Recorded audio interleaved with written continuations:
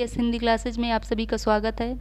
आइए देखते हैं अयादी संधि। अयादी संधि एचो अय वाय आवा। अयादी संधि का सूत्र है एचो अय वाय आवा। इसका मतलब है, एच का मतलब है ए ऐ ओ औ। इसके एच के अंतर्गत ए ऐ ओ औ आते हैं और इसका अय आए ओ औ आओ हो जाता है। कैसे देखते हैं नियम में। जब ए ऐ ओ औ के पश्चात कोई भी स्वर आए, ए ऐ अर्थात कहने का मतलब ये है कि ये ए ऐ ओ औ के बाद इनके अलावा कोई भी स्वर आए तो देखते हैं। ए प्लस कोई भी स्वर आए तो ऐ हो जाता है, ऐ प्लस कोई भी स्वर आए तो आय हो जाता है, ओ प्लस कोई भी स्वर आए तो औ हो जाता है और औ प्लस कोई भी स्वर आए तो आव हो जाता है। तो हमें इस तरफ के स्वरों को ध्यान रखना है।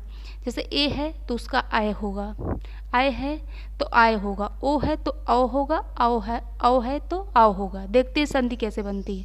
उदाहरण, ने प्लस अनम अर्थात नयनम। ने में क्या निकल रहा है ए, ये आ गया प्लस और ये है आ। तो हमने कहा था कि ए का ऐ हो जाता है, तो ये है ए तो इसका क्या हो गया ऐ।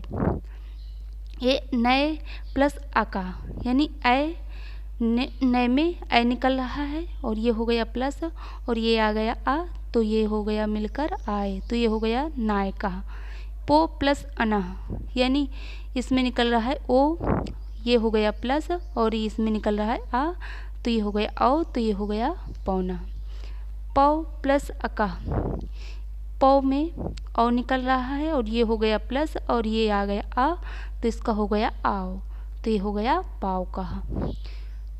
नौ प्लस इक अर्थात ये औ इसमें निकल रहा है औ और ये हो गया ई, तो ये हो गया आवी। अब देखेंगे आवी, हमने कहा था कि इस तरफ के हमें स्वरों को ध्यान में रखना है कि ऐ हो तो ऐ हो जाता है, आय हो तो आय हो जाता है, ओ हो तो औ और आओ हो तो आओ। तो हमने इस औ को आओ लिख दिया। अब इस तरफ का अगर स्वर आ है तो अ हो जाएगा, यदि ई रहा तो इसमें ई की मात्रा लग जाएगी, तो ये हो जाएगा आवी, तो ये हो गया नाविक।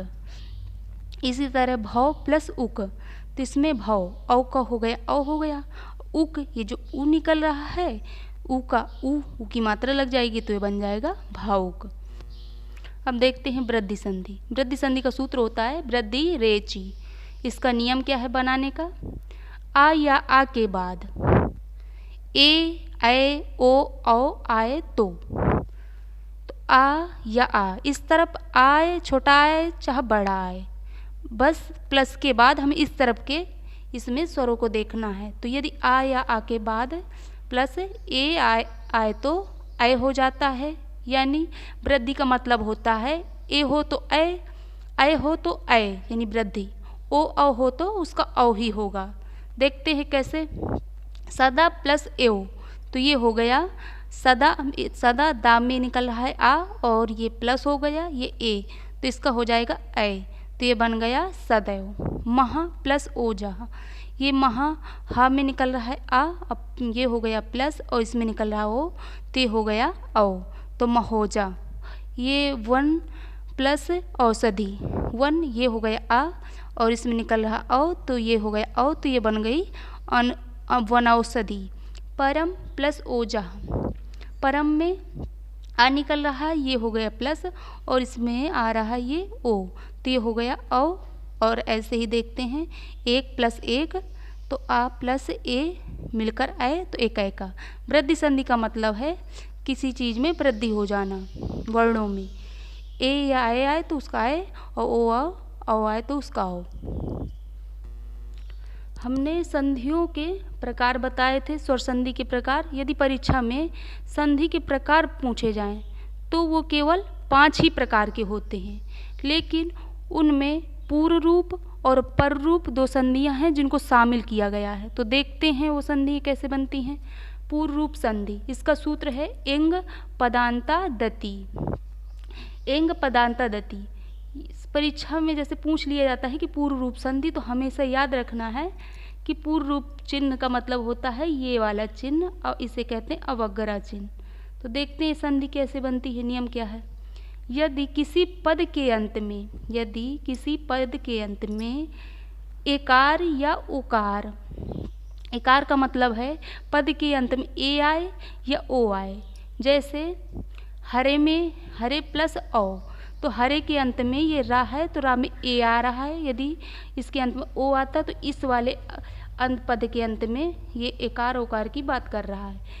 और इसके प्लस के बाद औ आए तो कह रहा है कि यदि किसी पद के अंत में एकार या ओकार एंग, इसका मतलब होता है एंग, एकार ओकार का मतलब हो और उसके बाद में आ आए तो दोनों ही स्थान में क्रमशः एकार और ओकार के बाद जो होता है वो पूर्ण रूप हो जाता है।